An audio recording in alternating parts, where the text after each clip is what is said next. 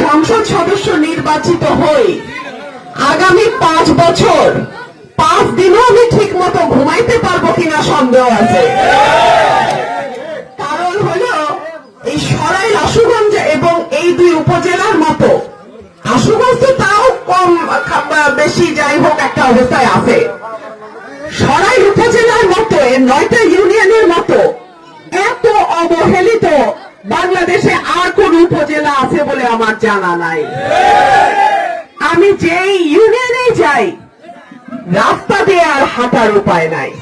যাই হোক, আমি শুধু এইটুকুই বলবো, কাজ শুরু হয়েছে, আমি যদি বেঁচে থাকি এই কাজ আমি শেষ করে ছাড়বো ইনশাআল্লাহ।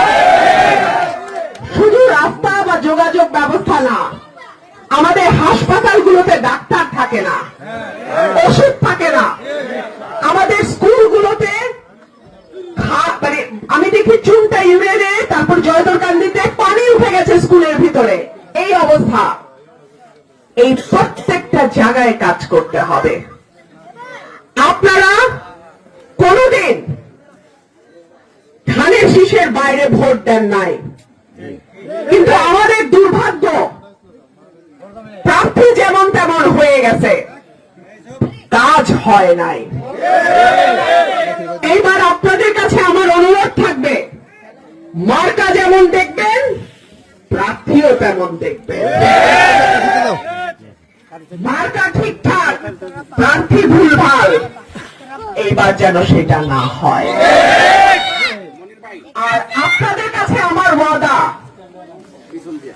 আমার বাবা নাই, ভাই বোন নাই, আত্মীয় স্বজন কেউ বাংলাদেশেও থাকে না, থাকি আমি আর আমার মা।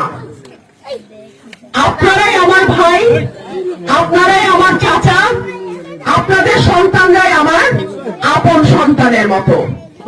আমি যতদিন বেঁচে আছি এই মাটি ছেড়ে আমি কোথাও যাব না।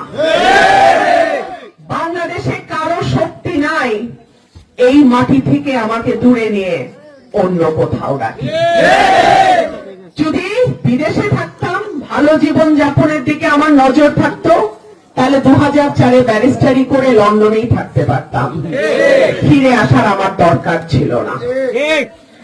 আপনাদের টানে, মাটির টানে, বাংলাদেশের টানে, এই দেশের মানুষের টানে আমি ফিরে আসছি। উপরে আল্লাহ, নিচে আপনারা, এই আমার আপনজন, আপনাদের বাইরে আমার কেউ নাই। আপনারা আমার জন্য দোয়া করবেন, আমার যতটুকু সাধ্য তার সর্বোচ্চটা দিয়ে আমি আমার কাজ করবো ইনশাআল্লাহ। আর যদি আমি আপনাদের ভোটে, আপনাদের সমর্থনে এমপি নির্বাচিত হই, বালুর ব্যবসা, মাটি কাটার ব্যবসা, অন্যের নামে মামলা দেওয়ার ব্যবসা, অন্যের জমি দখল করার ব্যবসা, অন্য দলের মানুষের উপর জুলুম করার ব্যবসা, এই কোন ব্যবসা আমি আমার এই এলাকায় হইতে দিব। আমি সাধারণ মানুষের নেত্রী, আমি সাধারণ মানুষের কর্মী, আমি সাধারণ মানুষের সেবক। আমি কোন নেতা বুঝি না, আমি কোন দলের কমিটি বুঝি না। আপনারা আমাকে ভালোবাসা দিয়ে এতদূর আনছেন, আপনাদের ভালোবাসা দিয়েই আমি আমার বাকি রাজনৈতিক জীবনটা পার করতে চাই। আপনারা সবাই ভালো থাকবেন, আমার জন্য দোয়া করবেন, এবং ভোটটা আপনাদের এই বোনকে দিবেন।